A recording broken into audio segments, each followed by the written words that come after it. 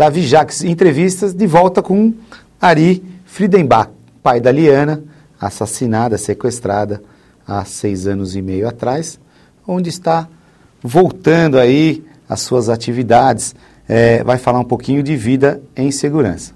No primeiro bloco, que nós somos interrompidos, falávamos então de prisão perpétua para aqueles crimes mais odiondos, os crimes onde existem realmente sem chance de recuperação, não só como no caso da sua filha, como a gente viu agora, semana passada, o da família Nardoni, né? Exato. O pai que realmente, pelo que tudo indicou e pelo tudo que tinha, né, matou a filha junto com a madrasta, e também foi um caso de repercussão.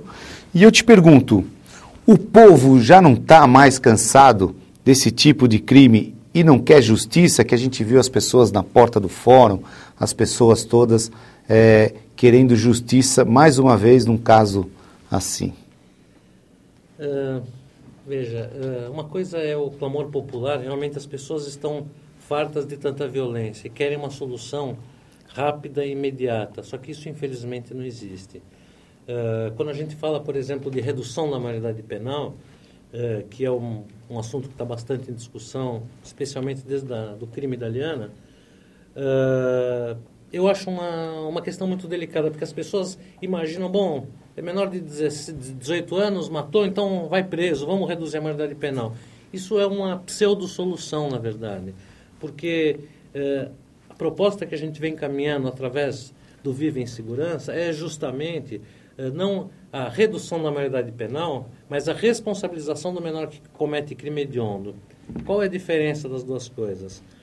Se você reduz a maioridade penal para 16 anos hoje, o que ocorre é que você vai criminalizar, eventualmente, pequenos delitos de um menor de 18, entre 16 e 18, vamos dizer que roubou uma bicicleta, e ele pode acabar preso por conta disso, ou seja, você vai jogar ele num sistema muito ruim, que vai, evidentemente, acabar com a vida desse jovem.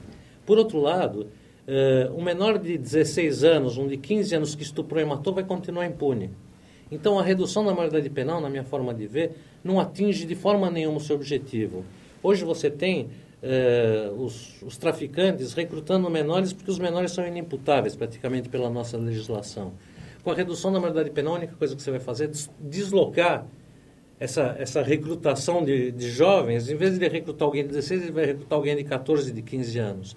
Então, a redução da maioridade penal, apesar de ser uma necessidade da população diminuir os níveis de violência, de criminalidade, essa solução apresentada como aparentemente uma boa solução, na minha forma de ver, é muito equivocada.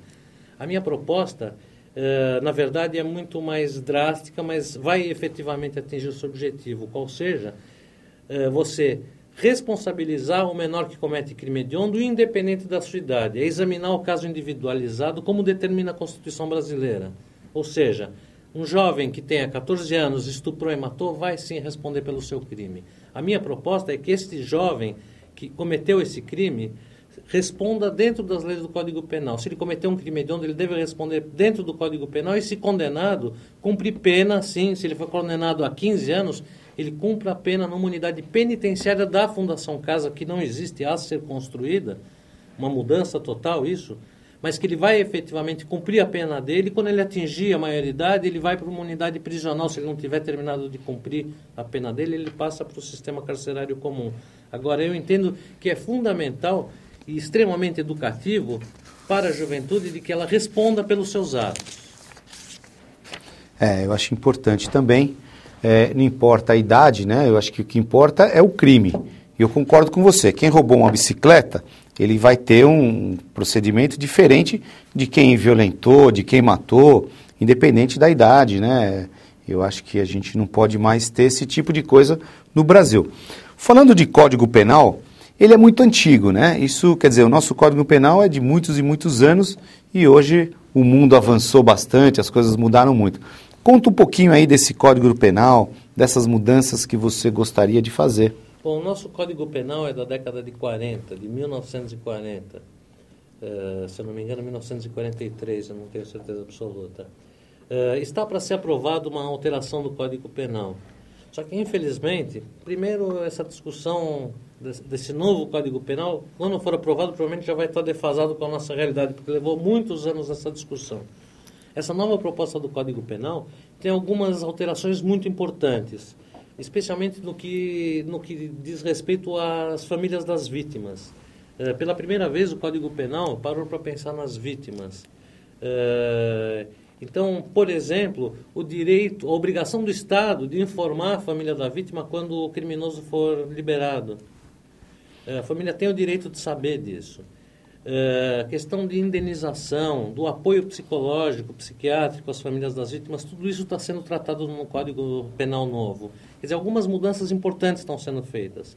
Por outro lado, deixa-se de mexer com os inúmeros recursos que existem hoje na nossa legislação que permitem com que condenados fiquem em liberdade recorrendo indefinidamente, como, por exemplo, o caso famoso do Pimenta Neves, aquele jornalista que matou a Sandra Gomide, um réu confesso, que foi condenado e continua recorrendo em liberdade. Isso é uma coisa inadmissível. Não existe país do mundo que se assista a esse tipo de cena. Como